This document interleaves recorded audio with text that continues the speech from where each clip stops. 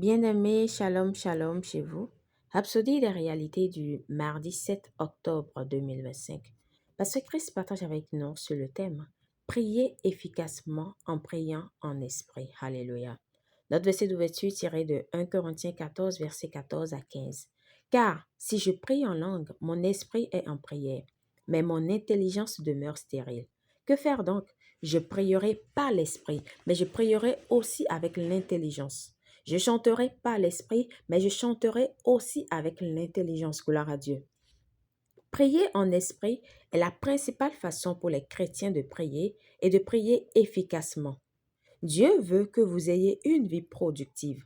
Il est donc important de savoir comment prier efficacement, car la prière, c'est notre communication avec Dieu. Et d'après les versets d'ouverture, une façon très efficace d'interagir et de parler avec le Seigneur et d'avoir des vrais résultats, c'est de prier par l'Esprit. Dans nos versets d'ouverture, l'apôtre Paul fait la distinction entre prier par l'esprit ou en esprit et prier avec l'intelligence. Prier par l'esprit, c'est lorsque vous priez en d'autres langues, les langues de l'esprit. Prier avec l'intelligence, c'est prier avec son intellect, en utilisant un langage que l'on comprend. Cependant, prier en esprit prime sur prier avec l'intelligence. Éphésiens 6, verset 18 dit, faites-en tout temps par l'Esprit toutes sortes de prières et de supplications. Veillez à cela avec une entière persévérance et priez pour tous les saints. Ce verset est aussi pertinent qu'instructif. Vous devez toujours prier dans l'Esprit. C'est l'une des façons de s'assurer de prier efficacement. Jacques 5, verset 16, la version amplifiée classique dit la prière fervente, sincère, continue d'un homme juste rend disponible une énorme puissance dynamique dans son fonctionnement. Gloire à Dieu.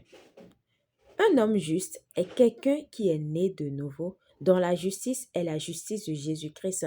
Et ça, c'est vous. Par conséquent, lorsque vous priez, une énorme puissance est rendue disponible pour produire des résultats étonnants. Mais beaucoup n'ont pas cette expérience.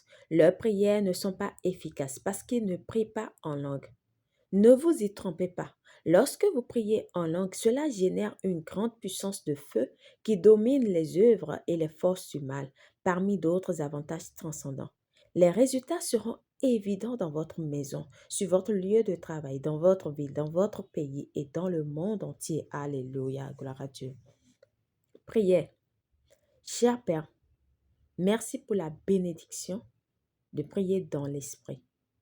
Lorsque je prie en d'autres langues, les forces du mal sont assujetties et ta volonté s'accomplit sur terre et dans la vie des gens partout.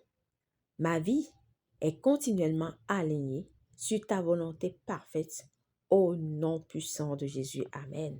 Pour une étude approfondie, nous lisons Jude 1, verset 20, 1 Corinthiens 14, verset 2, Romains 8, verset 26 à 27. Nous aimerions vous donner l'opportunité de recevoir le Seigneur Jésus-Christ comme Seigneur et Sauveur de votre vie. Alors, si vous n'êtes pas encore né de nouveau et que vous croyez en Jésus-Christ, nous vous invitons à faire cette prière de tout votre cœur et de manière à vous entendre. Parce que c'est en croyant qu'on parvient à la justice et c'est en confessant qu'on parvient au salut. Et c'est ça, être né de nouveau. Alors, faites cette prière et dites, ô Seigneur Dieu, je crois de tout mon cœur en Jésus-Christ, Fils du Dieu vivant. Je crois qu'il est mort pour moi et que Dieu l'a ressuscité des morts. Je crois qu'il est vivant aujourd'hui. Je confesse de ma bouche que Jésus-Christ est le Seigneur de ma vie à partir d'aujourd'hui. Par lui et en son nom, j'ai la vie éternelle.